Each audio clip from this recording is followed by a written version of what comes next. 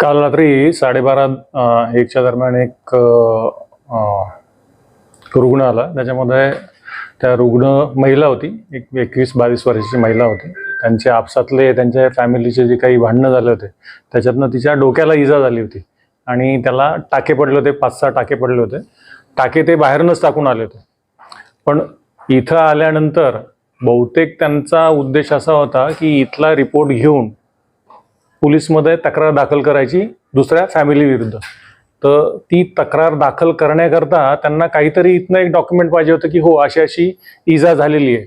आणि या प्रयत्नामध्ये त्या रुग्ण आणि रुग्ण नातेवाईकांचं म्हणणं असंही होतं की जे काही आम्हाला इंजुरी झालेली आहे किंवा जी काही जखम झालेली आहे तुम्ही ती वाढून दाखवा किंवा त्याला सिरियस दाखवा, जेणेकरून आम्हाला समोरची जी पार्टी आहे त्या पार्टी विरुद्ध चांगल्या पद्धतीने तक्रार नोंदवता येईल, खरी तक्रार नोंदवता येईल. आता त्याच्यामध्ये आमचा डॉक्टर म्हणे ठीक आहे, आपण पण त्याच्या आधी तपासण्या कराव्या लागतील, CT स्कॅन करून घेऊ, तुमचा एक्सरे करून घेऊ, त्याच्यामध्ये जर काही निघालं तर आम्हाला लिहिता येईल, त्याच्याशिवाय आम्हाला लिहिता येणार नाही. तर त्याच्यामध्ये ते रुग्ण आणि रुग्ण नातेवाईक त्यांनी असा स्टँड बदलला की आम्हाला त्या तपासण्या करायच्या नाही, तुम्ही आम्हाला ते जे काही आम्ही सांगतो त्या पद्धतीने लिहून द्या, नाहीतर आम्ही याला फोन करू त्याला फोन करू, असं त्यांचं नावं घेणं सुरू होतं. आणि त्या बाचाबाचीतनंच त्यांनी डॉक्टरांवर हल्ला केला. जो कोणी डॉक्टर होता तिथं त्यांना तपासणी करणारा, तर त्याच्यावर हल्ला केला, त्याच्या मुस्कटामध्ये मारली. त्याच्यानंतर त्याच्या मदतीला धावून आलेला जो डॉक्टर होता आहे त्याचा गळा दाबला. तर हा जो घटनाक्रम आहे तो साधारण रात्री 12-12:30 ते 1:30 या दरम्यान चालला. निवासी डॉक्टर सपोर्ट केल्यामुळे रुग्ण व्यवस्थेला कुठेतरी ताण आलाय. इमर्जन्सी विभाग जो आहे तो आता बंद असलेला पाहायला मिळतो. नाही, त्याच्यामध्ये आमच्याकडं इतर जे डॉक्टर आहेत, निवासी डॉक्टरांव्यतिरिक्त आपल्याकडे जवळजवळ त्याच संख्येने इतर डॉक्टर आहेत, सिनियर डॉक्टर आहेत. तर त्यांनी त्या रुग्णसेवेचा जो काही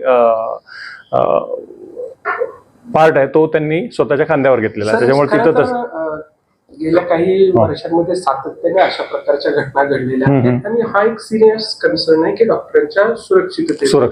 तर त्यांच्या ज्या मागण्या आहेत की तिथं सक्षम सुरक्षा व्यवस्था असावी, बरोबर आहे. तर या बाबतीत म्हणजे घटना घडायची वाट पाहण्यापेक्षा त्याच्या पूर्वीच इम्प्लिमेंटेशन का होत नाही किंवा काय नेमकी अडचण काय आहे, निधीची अडचण नाही. आता नाही, त्याच्यामध्ये ती आता सध्याची जी जागा आहे आपण जी इमर्जन्सी वॉर्ड म्हणून वापरतो, आता हे बांधकाम आहे साधारण 1990 सालचं, 1990 ते 95 साली हे ऍक्टिव्हेट केलं गेलं. तर त्यावेळच्या लोकसंख्येच्या दृष्टीने ते बांधकाम झालेलं होतं आणि त्या दृष्टीने तो इमर्जन्सी वॉर्ड बांधला गेला होता.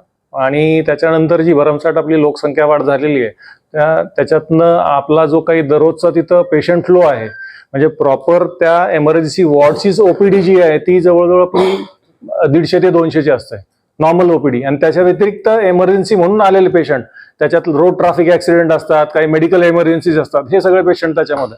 आणि ती जागा सध्या आपल्याला अपुरी पडते. हा एक भाग झाला.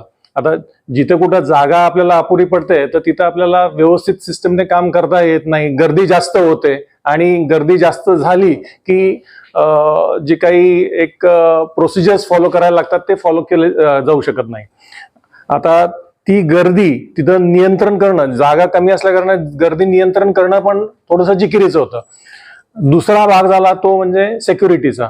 सिक्युरिटी तिथं मुबलक प्रमाणात नाही आहे का, तर सिक्युरिटी आपल्याकडे आहे पण ती तेवढी सक्षम नाही असं आम्ही माननीय आयुक्त साहेबांना पण जे काही आमचं बोलणं झालं होतं पूर्वीचं ते सांगितलेलं आहे.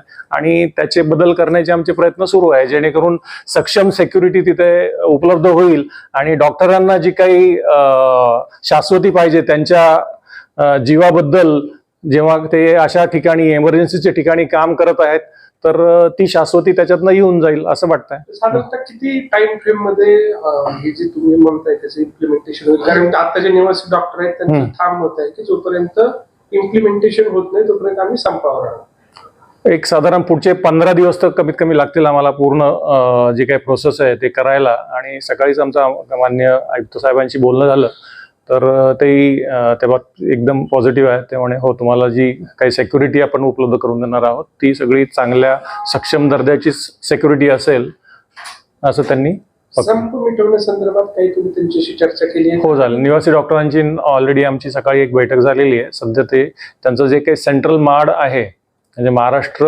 लेवलला जे काही संघटना आहे त्या संघटनेच्या कार्यकर्त्यांशी चर्चा करतायत आणि त्याच्यातनं बहुतेक ते रुग्णसेवेसाठी हजर होतील असं आमची खात्री आहे.